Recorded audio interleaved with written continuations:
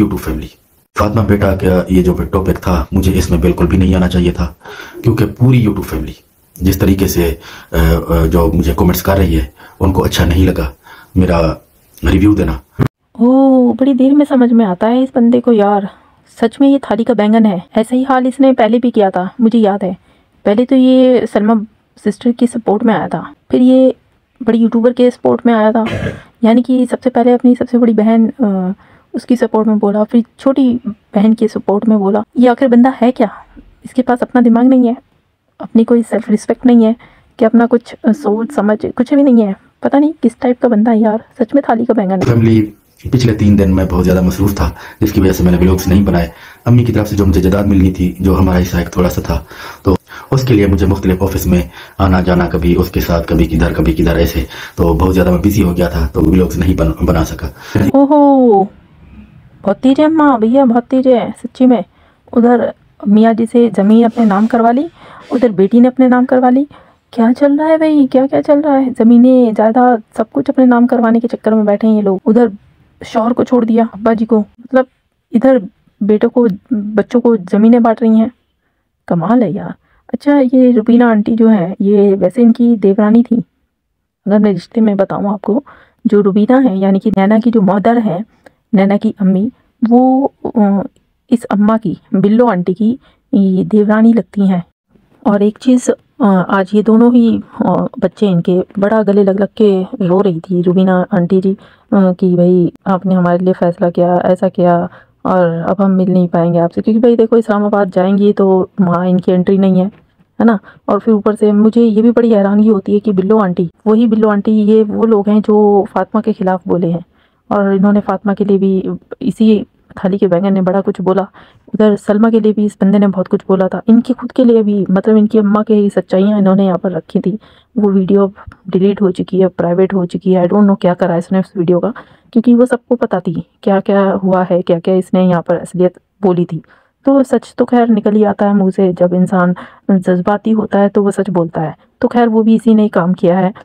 फिर उसके बाद चाहिए लाख कदम पीछे हटा ले, सच तो आ ही जाता है इन लोगों के मुंह से। वैसे इस खानदान में कुछ बचा है? कोई एक एवन ऐसा बंदा बता दो मुझे जिनकी ऐसी ऐसी कहानियां निकल के आई हैं। कोई भी तो नहीं बचा। चाहे वो मर्डर हो, है ना, चाहे वो शादियां हो, चाहे वो चोरी हो, चाहे वो जिना हो, अस्तगफिरुल्लाह। मतलब ऐसे ऐसे काम इस खानदान के निकल के आ रहे हैं। इस खानदान के लिए मुझे नहीं लगता कोई वर्ड ऐसा बचा है जो वो बचा हो। और ये हकीकत है कि ये पूरा खानदान मिला हुआ है। पूरा खानदान एक दूसरे को बदनाम करके पैसे कमा रहा है, और यहाँ लोग बेवकूफ़ बने हुए हैं।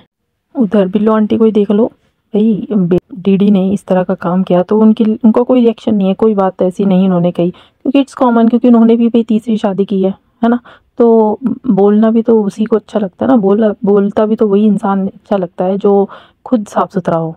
जब खुद ही इन लोगों ने एक दूसरे के साथ निकाह और शादियाँ ये सब कुछ किया हुआ है, तो फिर वो मूवी नहीं बनता ना कि बात करें, कोई रिएक्शन दे किसी बात पर आकर यहाँ पर पॉइंट रखें, क्योंकि कोई भी ऐसा बंदा नहीं है जिसकी 2 शादी नहीं हो।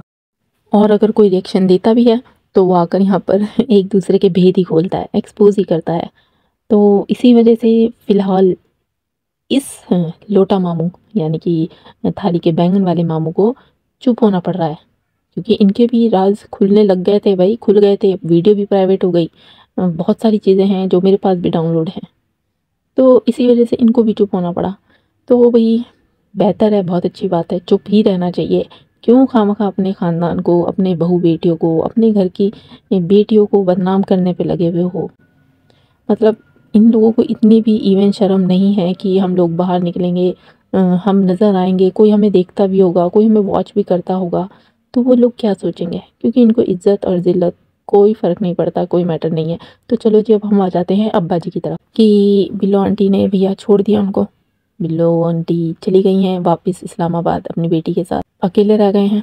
और जैसे उनकी वीडियो आई कि भाई मेरे घर में आग लग गई, तो क्या कर सकते हैं अंकल जी? बहुत आप बीवी बीवी बीवी, बट बीवी आपकी 1% इज्जत नहीं करती, बीवी आपको 1% प्यार नहीं करती, बीवी 1% भी आपके साथ नहीं रहना चाहती, क्योंकि आपकी भी कुछ हालात और आदत ऐसी हैं। ये वही बीवी है जिसके खातिर आपने अपनी औलाद को गंदा किया, अपनी औलाद को छोड़ा, अपनी औलाद के लिए कोई स्टैंड नहीं लिया। आप सिर्फ अपनी वाइफ को याद करते रहे और आज वही वाइफ आपको लात मारकर चली गई। तो खैर आई डोंट नो इन दोनों मियाँ बीवी में क्या हुआ है, और बुज़ुर्ग हैं यार, इन दोनों को अल्लाह ताला हिदायत दे, क्योंकि जब घर के बड़े अच्छे होंगे ना, सलीके वाले होंगे, समझदार होंगे, अक्लमंद होंगे, तो घर के छोटे ऑटोमेटिकली अक्लमंद, सही सलाहियत रखने वाले होंगे। यहाँ तो उल्टा ही होता है भाई, इस ख़ानदान में सब उल्टा रिवाज है और इन लोगों को कोई फ़र्क नहीं पड़ता। बाकी अब जैसे भाई फ़ातिमा की शादी का सारा दारोमदार बड़ी यूट्यूबर ने संभाल रखा था। भाई अल्लाह पाक उस बच्ची को खुश रखे, माशाल्लाह उसकी शादी बहुत अच्छे से सब कुछ निपट गई, सब कुछ हो गया। तो यही बाबा जी थे जिन्होंने यहाँ पर उल्टे सीधे इल्ज़ामात लगाना शुरू कर दिए थे। ठीक है यार, ये पहले भी हो चुकी हैं, मुच्छड़ चाचा ने की है, और आज मुच्छड़ चाचा उस शादी में शरीक था जिसमें आप नहीं थे। आपकी अपनी ही नवासी की शादी में आप शरीक नहीं थे। आज आपने अपने रास्ते अलग कर लिए हैं, आपकी बेटी ने अपने रास्ते अलग कर लिए हैं। आपने ज़मीन देने से उसको मना कर दिया है, जैसे मतलब ठेके पे दी जाती हैं, तो वो चीज़ अब आप अपनी बड़ी बेटी मतलब नच्चू को नहीं देंगे, ये भी आपने बताया। ठीक है, अच्छी बात है, जैसा आपको सही लगता है, आप बड़े हैं, आपकी ज़मीन है, आप चाहें जिस मर्ज़ी को दें, जिस मर्ज़ी से उसका किराया लें या करें, जो मर्ज़ी करें। अब जब आपकी इज़्ज़त नहीं हो रही है, जब आपको कोई पूछ नहीं रहा है, जब आज आपके अपने ही बच्चे आपसे दूर हो गए हैं, आप ही की गलतियों की वजह से, आपकी मोहब्बत, आपकी आशिकी, आपके प्यार और आपकी दीवानगी की वजह से आपकी औलाद आपसे दूर हो गई है। क्योंकि जो ठीक है यार, अपनी वाइफ से मोहब्बत करो, बहुत अच्छी बात है, करनी भी चाहिए, लेकिन अपनी औलाद को उतना ही प्यार, उतनी ही मोहब्बत देनी भी चाहिए, क्योंकि वो आपकी औलाद जो थी ना, उनको वो वाला प्यार नहीं मिला। थिंक अबाउट दैट, उनको वो प्यार नहीं मिला जो एक सगी माँ से मिलता है, वो सौतेली नहीं दे सकती, ये हकीकत है। आज आप बार बार मदीने जाने की बात करते हैं, तो देखिए फिर हार कर इंसान वहीं जाता है जहाँ उसको प्यार, मोहब्बत और इज़्ज़त मिलती है। बाकी अल्लाह पाक आपके लिए खैर का मामला करे। और तरस भी मुझे बहुत आया, आप रोए भी, कि अल्लाह का बहुत शुक्र हुआ कि आप मतलब घर में जैसे आपके एक इंसिडेंट हुआ हीटर जलने का, और ऐसे में तो खैर बहुत ख़तरनाक मामला होता है भाई। अल्लाह ताला ने बहुत रहम किया और आपकी हिफाजत हो गई। और सही बात है, ना जाने कौन सी नेकी और कौन सी किसकी दुआ कहाँ लग जाए। तो यही थी मेरी एक छोटी सी वीडियो, और फ़ातिमा के लिए सिर्फ यही दुआ कर सकती हूँ कि अल्लाह ताला उसको सब्र दे, अल्लाह ताला उसके दिल को, वो जो तकलीफ़ में है, जो दर्द वो महसूस कर रही हैं भाई, तो वो इस दर्द से और सुकून उनको मिले, इस दर्द से बाहर निकलें, इस ट्रॉमा से बाहर निकलें। इस चीज़ को अगर इनकी मर्ज़ी से हुई है तो इस चीज़ को एक्सेप्ट कर लें, क्योंकि लाइफ तो अब ऐसे ही जीनी है ना। तो अगर ये कदम वाकई में अगर फ़ातिमा आपने पहले उठाया होता सलमा की तरह, तो शायद तुम्हारा घर भी सलमा की तरह बच गया होता। क्योंकि देखो, वक्त रहते सलमा ने आवाज़ उठाई थी ना, तो काश तुम भी वक्त रहते इस आवाज़ को उठा लेती, तो शायद बहुत सारे सपोर्टर, बहुत सारे और लोग इस चीज़ के ख़िलाफ़ होते, और तो शायद में भी तुम्हारे पेरेंट्स या फिर भाई, ये सब कुछ लोग जैसे आज कह रहे हैं कि सबको पता था और सब इसमें शामिल थे, सबको इस चीज़ की खबर थी। और देखो फ़ातिमा, ये सच है, ये हकीकत है कि आज से कुछ महीनों पहले हम लोग इस चीज़ से वाकिफ़ हो चुके थे। तुम तो खैर वाइफ थी, है ना, तुम ज़्यादा बेहतर जानती हो, तुम्हें ज़्यादा पता है कि तुम्हारा शौहर किस टाइप का है।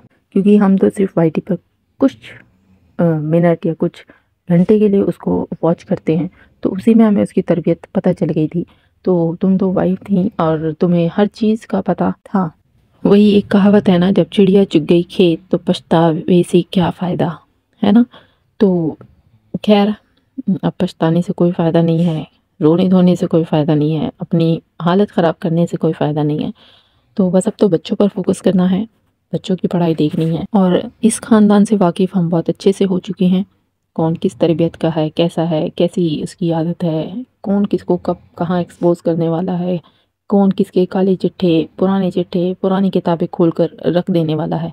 तो बस अल्लाह ताला सबको हिदायत दे, मुझे भी हिदायत दे। फिर मिलते हैं एक और नई वीडियो के साथ, तब तक के लिए अल्लाह हाफिज़। अपना बहुत सारा ख्याल रखिएगा, और अगर आपको मेरी वीडियो पसंद आई है तो इसको लाइक, शेयर एंड सब्सक्राइब ज़रूर कर दीजिएगा।